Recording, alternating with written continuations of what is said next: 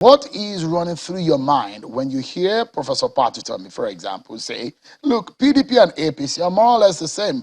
They're like Siamese twins, and they have not done the nation any good. First, Professor Patutomi is somebody I respect. He's a good friend of mine.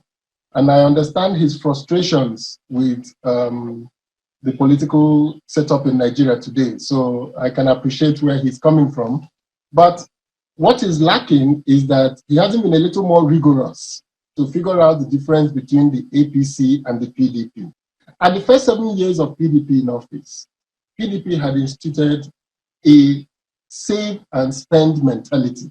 The APC in its 7 years in office have gone on to a borrow and spend philosophy. There is a clear difference between the approach of PDP in its economic policy, in its philosophy, that you have to invest in human beings first before the massive investment in infrastructure.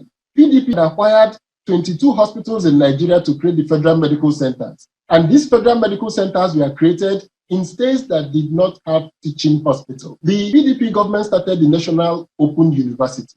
Today, there are about 500,000 students in National Open University. By the time PDP left office in 2015, there were 67 private universities in Nigeria. If you look at the policy framework of the PDP, you will see that there is a deliberate effort not just to empower the citizens, but also to create the framework for a savings culture and spending when you have the money. PDP had gone to removing the government-owned public agencies, while the APC are doing the opposite. So if I were Professor Patutomi, what I should have been asking myself is, between the two ideas of PDP and APC, if you don't agree with it, you can go for a third force. But to say that they are the same or two sides of a coin is not correct.